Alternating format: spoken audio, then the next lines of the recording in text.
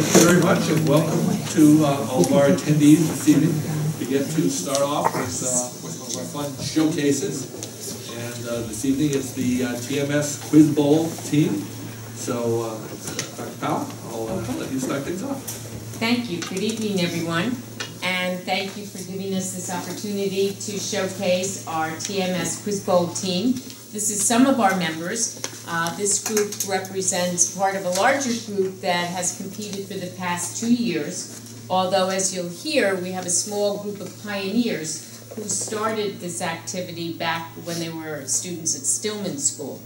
At this time, I would like to turn it over to Dr. Bianchi, their advisor. Thank you, everyone. It's really a privilege to bring the members of the Quiz Bowl team to you. They've been working hard for 2 years, actually for 3 years now. They started as kind of an unofficial team when they were still 5th graders at Stillman. You'll see a few pictures of them where their feet barely touch the floor, and they're up against 8th graders. Last year we started our team, and this year we've more than doubled in size. We have 18 members on a week where people have conflicts, 20 ideally. 9 of them are here tonight. Can you stand when I call your name? Calvin Chen, Christopher Elson, Jerry Feng, Andrew Hao, Sune Joshi, Juno Lee, Samira Pai, Carissa Liu,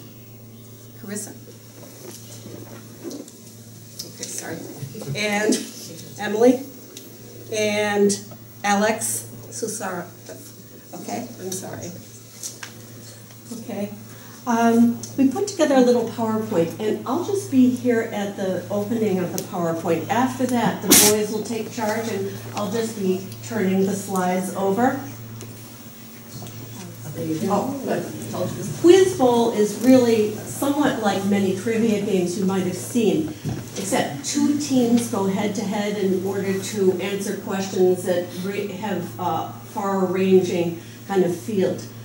If you go to the Quiz Bowl website, you'll see that on their Need to Know page, they have maybe 40 different topics that get covered. And granted, some of the history tends to be Western Hemisphere based, but they're widening every year. They get a little bit more inclusive.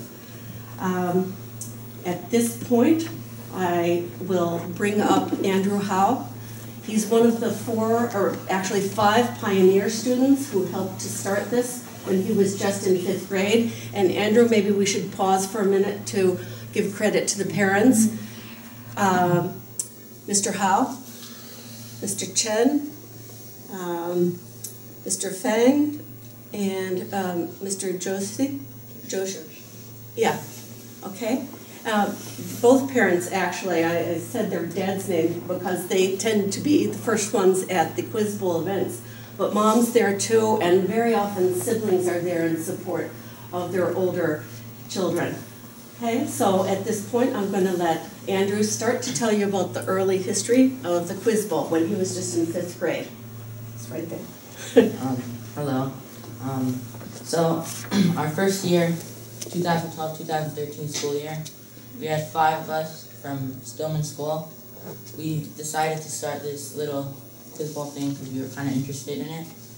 And our first tournament was at Bergen County Academies in October 26th. And this is one of our games against a team of 8th graders while we were only 5th graders. Our feet are not touching the floor. And you can see a definite blush on the faces of some of the 8th graders as Calvin, a 5th grader, swooped in to answer a question.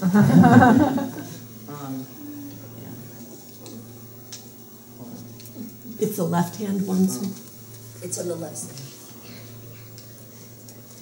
And that spring, we qualified for the National History Bowl National Championships in Washington, D.C. This is one of our matches against a team that traveled all the way from Japan, and we beat them.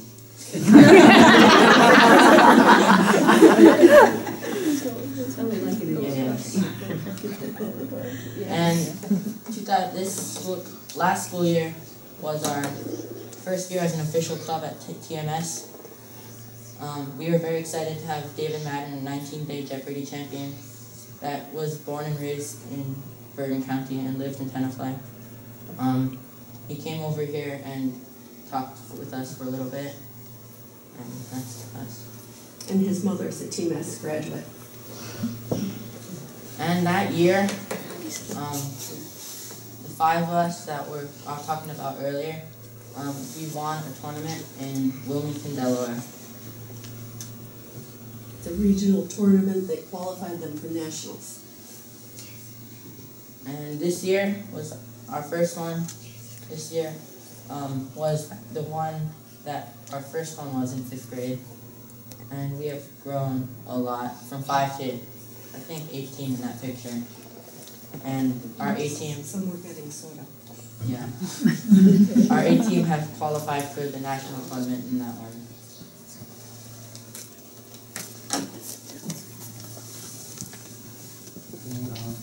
Hi. So a lot of people ask us, isn't Jeopardy a lot like Quiz Bowl? So in both Quiz Bowl and Jeopardy, there are a lot of questions which are asked and answered. In Jeopardy, individuals compete while you got teams compete in Quiz Bowl, so there's a slight difference there. Except for daily doubles, you can answer every single question in Jeopardy, and in Quiz Bowl, you have to answer a toss-up, which is like a big question, and if you get the toss-up correct, you can answer 3 bonus questions. In Jeopardy, your cash value rises in second half of the game, but in Quiz Bowl, if you answer earlier in the question, you have a higher chance of getting more points. And at the end, Jeopardy, the player with the highest score wins. On Quiz Bowl, the team with the highest points wins. Thank you.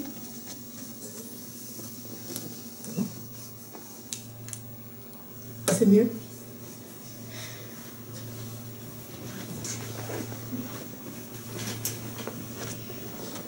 Okay, so in Quiz Bowl, the questions have many lines, and so basically it starts really hard. Like you have to be like really familiar with the subject matter to get the question, but closer to the end of the question, it becomes easier to answer. And at the end, they read what's called a giveaway, and it's basically the first person to buzz in gets the question, because like basically everyone can get it. So there's a controversy between like ringing in really early, because if you ring in really early and you think you know it, and like you get the 15 points, because when you ring in early, you get power, and you get 15 points. So, but if you get it wrong and you ring in early, the other team has like the whole question to answer it, while you lock your team out and you can't answer anymore. So you have to like manage your speed, otherwise you're gonna lock your team out. And Comes with risks. Right?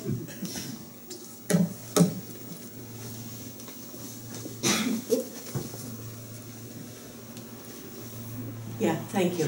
Here's your sample toss-up. This is our sample toss-up.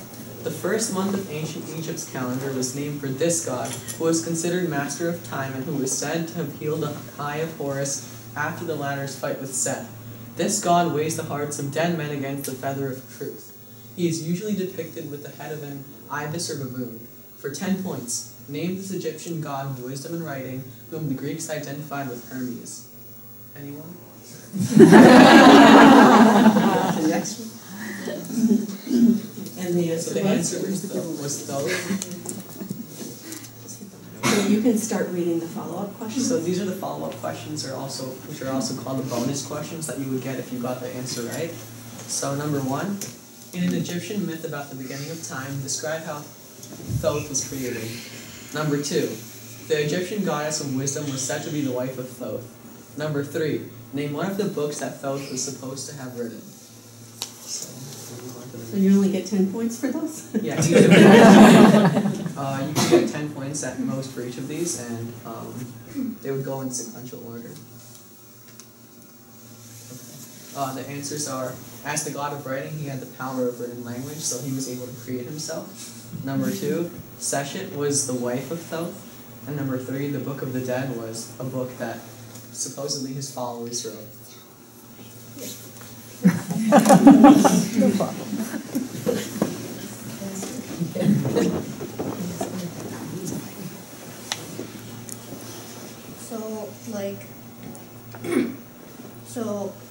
how do you practice?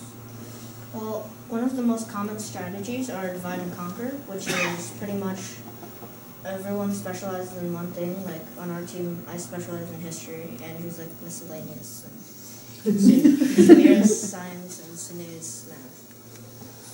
Another way is to build your background knowledge. So that's pretty much like studying, and like a great resource that you have is the You Gotta Know website on the Quizbowl website. It contains like top 10s of what you have to know. Like, for example, like top 10 like figures in literature, things like that. And you have to build your speed. Left hand. So basically the NNQT You Gotta Know list is like a list of famous people, and they just elaborate on it. So for example, explorers, North American rivers, and computation. And you have a basic top 10 for each one of us. But there's 40, 50 different categories you would need to know. So let's move on to the next part, where you actually get to be the readers. You have in front of you a set of cards. You would read the first question, perhaps, second question, third, and so on. We have a dozen questions with us. You don't have to do them all. But voice and Ann. So they can buzz in at any time there's a question. Right, if you read it loud enough for them to hear, it's really particular because they have to become very good listeners.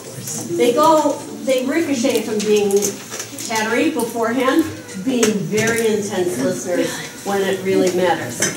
Okay? Just sit on one side or the other and help somebody else out if you can't reach a buzzer. Okay? Team B has their backs to me. Team A is over there with their backs to the board. All right? That's good. You can always help somebody out. Boys, girls, are you ready? Are you all ready? Okay. Here we go. Your questions will come from the board, just swooping around the table, guys. Before Germany attempted this air campaign, the British Royal Air Force defeated the German Air Force, or Luftwaffe, in the Battle of Britain. This victory saved Britain from a proposed German amphibious invasion, but it led to a notorious series of nighttime bombing raids against the British. For 10 points, give the name of this campaign of air attacks against British citizens and landmarks. Was it Operation Sea Lion or something? Nope. Yes? Blitz? The Blitz. That is correct. Okay, good. Next. We're We're not keeping score, guys. Okay. Exactly. Born in Brantford, Ontario, this player holds or shares 61 NHL records, including career goals, assists, and points. The winner of 10 scoring titles, the Art Ross trophies, and 9 NHL MVP awards. He also won 4 Stanley Cups with Edmonton in the 1980s. Wayne Gretzky? Correct. Didn't even have to wait for the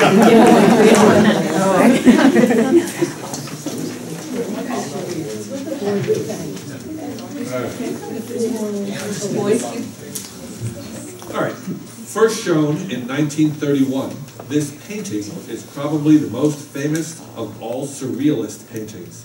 The landscape of the scene echoes Port Liget, Spain, the home of the artist. The ants, flies, clocks. The persistence of memory. Absolutely right. 5. 5. Prompt.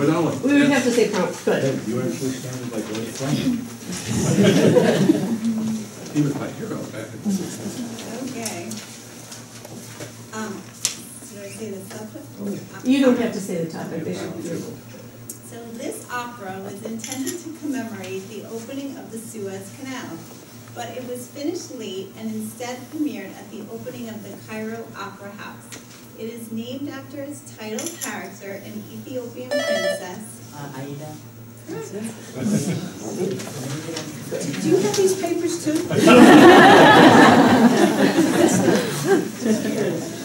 Born on March 26, 1940 in Baltimore, Maryland, this congresswoman continued her family's tradition of being involved in politics.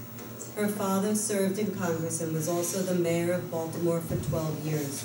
Although she began as a volunteer, she gradually moved up the ranks, making the leap to public office in a special election for California's 8th District in 1987. She later became the first female Democratic leader of the House of Representatives and the first female Speaker of the House. Hillary Clinton. Nancy Pelosi.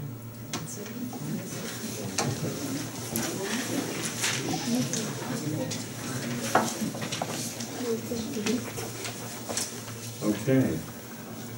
In Book 2, the people of the districts begin their defiance of the rule of the capital. The lead character first sees this symbol of defiance after she spontaneously makes an offer of support to the parents of Rue and Fred. Hunger Games. The Hunger Games? No. Mockingjay? Mockingjay. No, you gotta listen. Catching Fire? Catching Fire. Listen to the rest of the question. After she spontaneously makes an offer of support to the parents of Rue and Thresh in a ceremony held in District 11. For 10 points, name the sign of rebellion used by the... Mockingjay? Name the rest of the sentence. Name the sign of rebellion used by the audience at that event. Yes. Yes.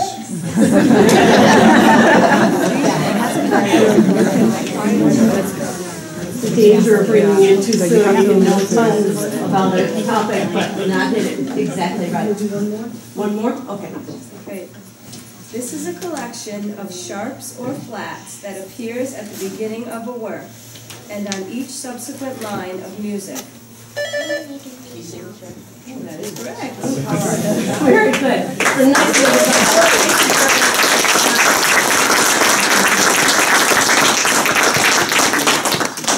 Okay, guys. Thank